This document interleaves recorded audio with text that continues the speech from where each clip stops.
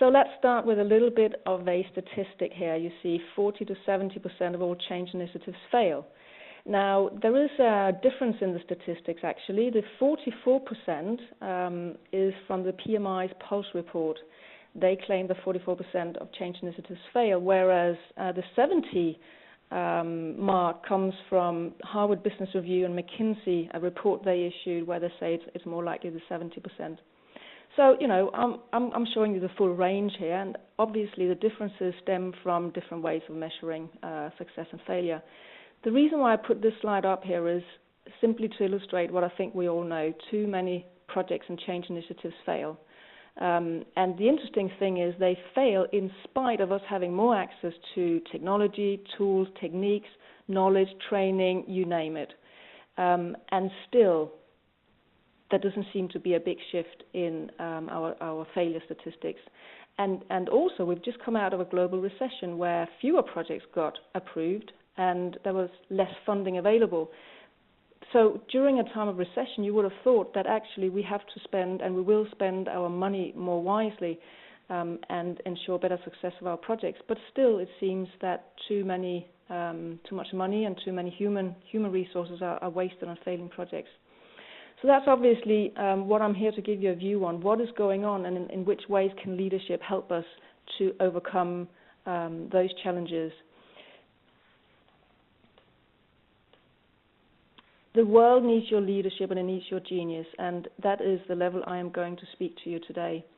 First of all, the world needs your leadership. It does absolutely need your leadership because, as I've just discussed, the failure statistics is something that we do need to turn around.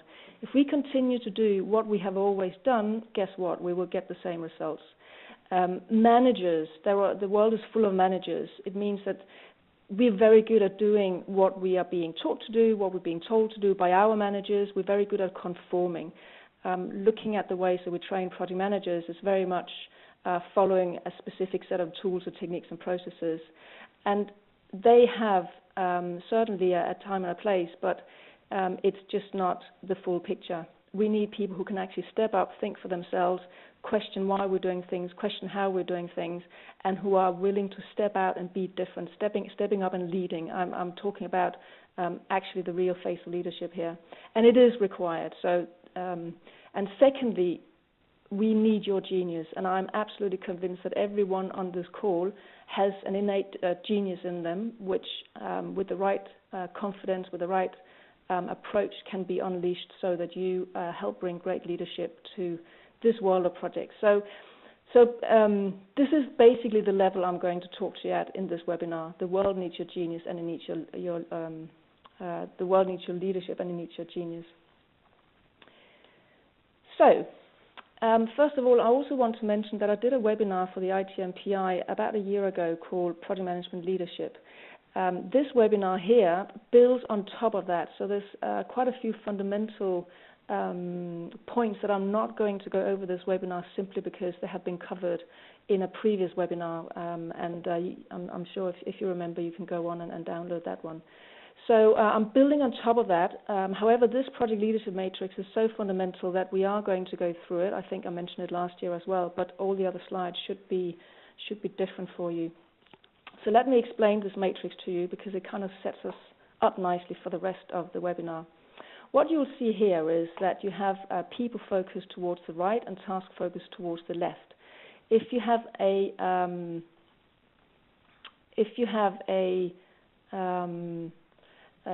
people focus here towards the right, it means that you lead through people, you inspire people to follow, and you use a push approach.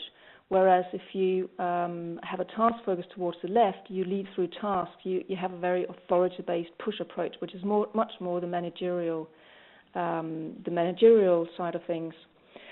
Towards the bottom, we have reactive, which means that you are focused on immediate issues. And towards the top, it means that you're proactive, you're focused on the project's more the strategic vision, you're on the forefront of things.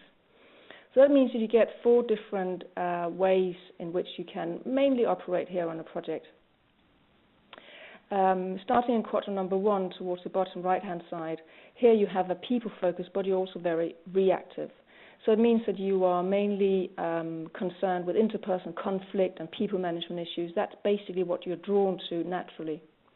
Moving to quadrant number 2 at the bottom left-hand side, it means that you're still reactive. So you're on the back foot, you're reacting to things that come to you, but you have a task focus.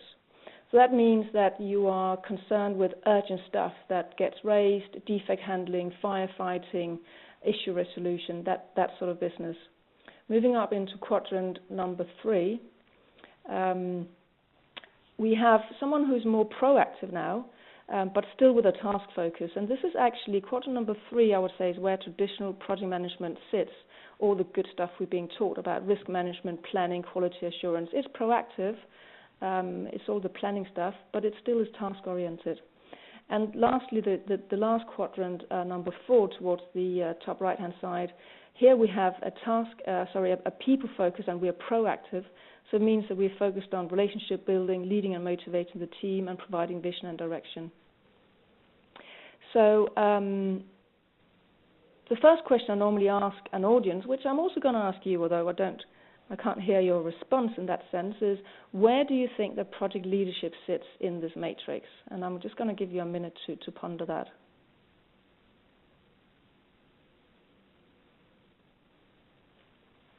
Now, if you were to respond back to me, I can tell you that I see some people say all of the above. When I'm out speaking, people normally say 4. Project leadership sits in quadrant 4. Some people say no, it sits in the center, touches on everything.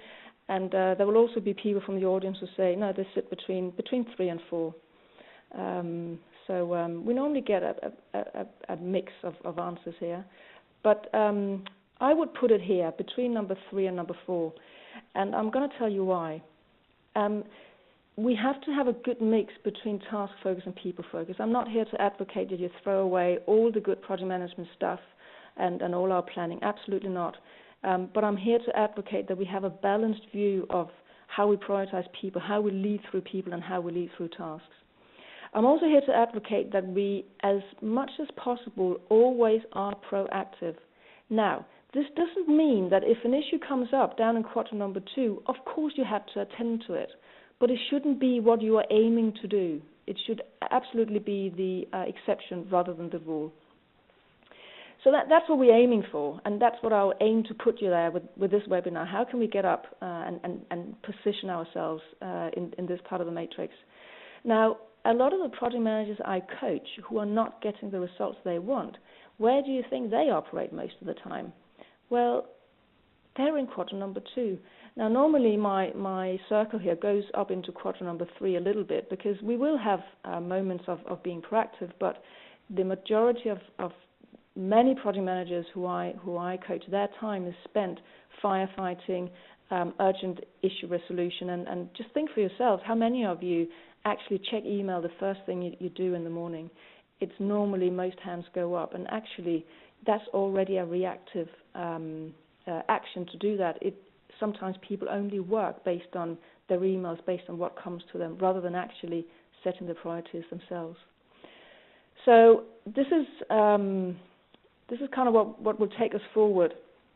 And from this, I will conclude that there are 3 main project management mistakes, the underlying mistakes that I will raise to your awareness. Number 1, not a surprise, we've just talked about it. Many people are reactive, they're not proactive. Number 2, we focus too much on tasks instead of people. And number 3, may come as a surprise to you. The third mistake I want to highlight is that we believe that we have to know it all and do it all.